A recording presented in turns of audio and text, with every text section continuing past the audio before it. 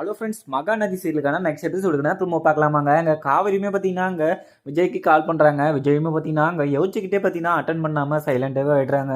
விஜய் என்ன மனசில் இருக்காங்கன்னே தெரியல. ஏன்னா இங்கே காவிரி கால் பண்ணியுமே இங்கே விஜய் எடுக்காததுக்கு இங்கே காவிரி ரொம்பவே பார்த்தீங்கன்னா ஃபீல் பண்ணிக்கிட்டு எதுக்காக நம்ம பண்ணுற ஃபோனை அவங்க அட்டன் பண்ணாமல் இருக்காங்க அப்படின்னு சொல்லிட்டு இங்கே காவிரியுமே பார்த்தீங்கன்னா யோசிச்சுக்கிட்டு இருக்காங்க. அதுக்கப்புறம் பார்த்தீங்கன்னா அங்கே விஜயுமே நம்ம இங்கே காவிரி கால் பண்ணியுமே எடுக்கல, ஆனால் காவிரி எதனா நினச்சிக்க போகிறா அப்படின்னு சொல்லிட்டு இங்கே காவேரிக்குமே பார்த்தீங்கன்னா அங்கே விஜய் கால் பண்ணுறாங்க. கால் பண்ணி என்ன காவேரி என்ன விஷயம் அப்படின்னு சொல்லிட்டு கேட்குறாங்க. அதுக்கப்புறம் பார்த்தீங்கன்னா காவேரியுமே பார்த்தீங்கன்னா நான் எல்லா விஷயமும் பார்த்தீங்கன்னா நான் ப்ரெக்னெண்ட்டாக இருக்கிறது எல்லாமே பார்த்தீங்கன்னா எங்கள் அம்மா கிட்ட சொல்லிட்டேன். அம்மாவும் பார்த்தீங்கன்னா உங்ககிட்ட பேசணும் அப்படின்னு சொல்லிட்டு இருக்காங்க.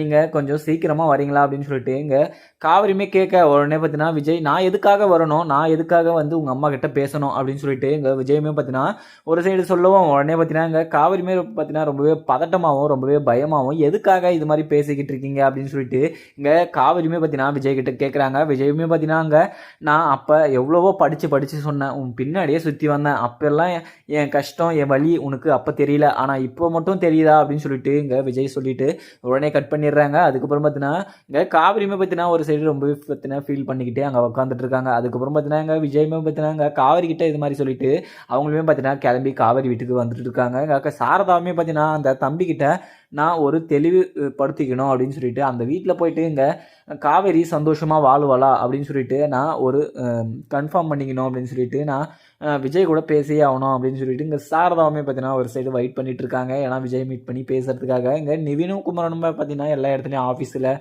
அவங்க தாத்தா வீட்லையுமே பார்த்தீங்கன்னா எல்லா இடத்துலையும் விசாரிக்கிறாங்க. அவங்க தாத்தாவுமே பார்த்தீங்கன்னா எனக்கு அவங்க எங்கே போயிருக்காங்கன்னு தெரியாது விஜய், நான் கேட்டது கூட பார்த்தீங்கன்னா நான் இங்கே ஒரு 4 நாள் நான் வெளியில் சுற்றிட்டு வரணும் அப்படின்னு சொல்லிட்டு கிளம்பிட்டா, நான் கேட்டது கூட பார்த்தீங்கன்னா எதுவுமே சொல்லலை அப்படின்னு சொல்லிட்டு நிவின்கிட்டையும் குமரன்கிட்டையும் சொல்லிடுறாங்க. எங்கள் குமரனும் நிவினுமே பார்த்தீங்கன்னா நம்மக்கிட்ட இவ்வளோ கோவமாக பேசுகிறாங்க, அவங்க எங்கே போயிருக்காங்கன்னு சொல்லிட்டு அங்கே அவங்க தாத்தா பாட்டி கிட்ட கூட அங்கே விஜய் சொல்லிட்டு போலையா அப்படின்னு சொல்லிட்டு இங்கே நிவினுமே பார்த்தீங்கன்னா அங்கே குமரன் கிட்ட சொல்லிட்டு இருக்காங்க. அதுக்கப்புறம் பார்த்தீங்கன்னா அங்கே கங்காவுமே பார்த்தீங்கன்னா ஏன் காவேரி நான் உங்க கூட எவ்வளோ நாள் பழகியிருக்கேன், ஆனால் நீ இந்த விஷயத்த என்கிட்ட ஒரு நாள் கூட சொன்னதில்லை, நான் சொன்னேன்னா நான் அம்மா கிட்ட நான் மாட்டி விட்டுருவேனா என்ன காவேரி அப்படின்னு சொல்லிட்டு சொல்ல உடனே பார்த்தீங்கன்னா இல்லைக்கா உங்ககிட்ட சொல்லக்கூடாதனால இல்லை, நான் அது எல்லாருக்கிட்டையும் சொல்லலான்னு தான் நினச்சேன், ஆனால் அங்கே அதுக்குள்ளே பார்த்தீங்கன்னா வேறு பிரச்சனையெல்லாம் ஆயிடுச்சு, அதனால தான் சொல்ல முடியாமல் போயிடுச்சு அப்படின்னு சொல்லிட்டு எல்லாமே பார்த்தீங்கன்னா அங்கே சொல்லிக்கிட்டு இருக்காங்க. அதுக்கப்புறம் பார்த்தீங்கன்னா அங்கே ஒரு சைடு ராதாவுமே பார்த்தீங்கன்னா அங்கே விஜயும் காவிரியும் ஒன்று சேரவே கூடாது அப்படின்னு சொல்லிட்டு அவங்களுமே பார்த்தீங்கன்னா மனசுக்குள்ளே நினச்சிக்கிட்டு இருக்காங்க. இங்கே அவங்க தாத்தாவுமே பார்த்தீங்கன்னா